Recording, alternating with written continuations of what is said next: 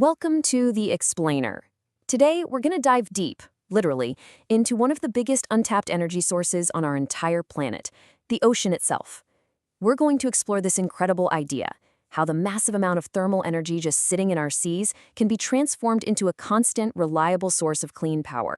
So here's what we're going to cover. First, we'll get into the basic idea, how the ocean can act like a giant power plant. Then we'll check out the engine that makes it all work. After that, we'll tackle the huge challenges that have kept this tech on the shelf for so long. And finally, we'll see how modern smarts are bringing it roaring back to life. All right, so first up, the ocean's power plant. Let's get into the basic principle here because it's actually beautifully simple, but it's also incredibly powerful. So think about this for a second. What if the ocean itself was a giant 24/7 solar battery? I mean, that question is really the heart of what we're talking about today. Ocean thermal energy conversion, or OTEC for short. You see, the sun is constantly warming the ocean's surface, day in and day out. OTEC is all about tapping into that stored solar energy, not just when the sun's out, but all the time, around the clock. And you know, what's really wild is that this isn't some brand new futuristic idea. Nope. The concept is actually over 140 years old. For pretty much all the 20th century, though, it was just too expensive. The infrastructure costs were just way too high, so it kind of sat on the sidelines. But that's all changing, and fast. The first modern commercial system is actually planned to be up and running in late 2025. So here's the key takeaway.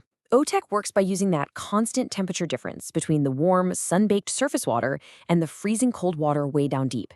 And because that difference is always there, it can provide what's known as firm baseload power. That's the holy grail of renewables, right? The kind of 24/7, always-on reliability that until now has really been the territory of fossil fuels. But with OTEC, you get it without any of the emissions. All right, next section, the Rankine cycle at sea. So how do you actually turn a temperature difference into electricity? Well, this is where the real engineering magic comes in.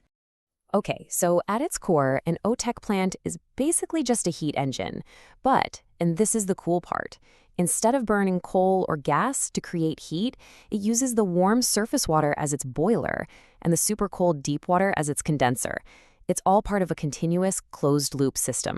It all works in this really elegant, continuous four-step cycle. Okay, step one, you take that warm surface water and use it to boil a special working fluid, something like ammonia with a really low boiling point. That creates a high-pressure vapor. Step two, that expanding vapor gets channeled through a turbine, spinning it like crazy to generate electricity. Got it? Then step three, you pump up that icy cold water from 1,000 meters down to cool the vapor and condense it right back into a liquid. And finally, step four, you just pump that liquid back to the start to do it all over again. It's this beautiful, clean loop powered by nothing but the ocean's temperature difference. All right, on to our next section, the parasitic power problem. Now, you might be thinking, if this concept is so simple, why aren't these things everywhere? That's a great question, and it brings us to the first of two huge hurdles this technology has faced. The big issue is something called parasitic power, and you can think of it just like an operational tax on the plant itself. A really big chunk of the electricity the plant generates gets used up immediately just to keep the whole operation running. That's power that never, ever makes it to the grid to be sold. And we're not talking about a small amount here. The scale of this problem is huge. I mean, look at this.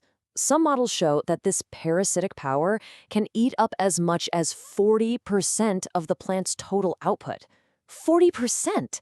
That is a massive hit to your efficiency, and it's a problem you absolutely have to solve to make this technology economically viable.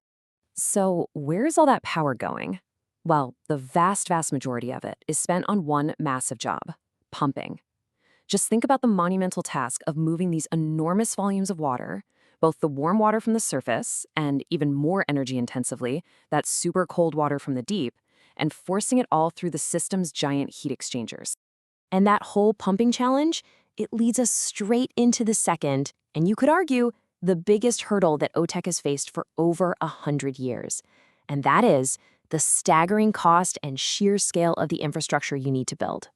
1,000 meters. Let that sink in for a second. That's a full kilometer, straight down into the ocean. That is the typical depth you have to go to get your cold water pipe down to where the water is chilly enough to actually run the cycle efficiently. I mean, just trying to engineer a pipe that long, it's an absolutely massive financial and technical nightmare. So here's the trade-off, right? Unlike a fossil fuel plant where you're constantly paying for fuel, an OTEC plant has zero fuel cost. It's free.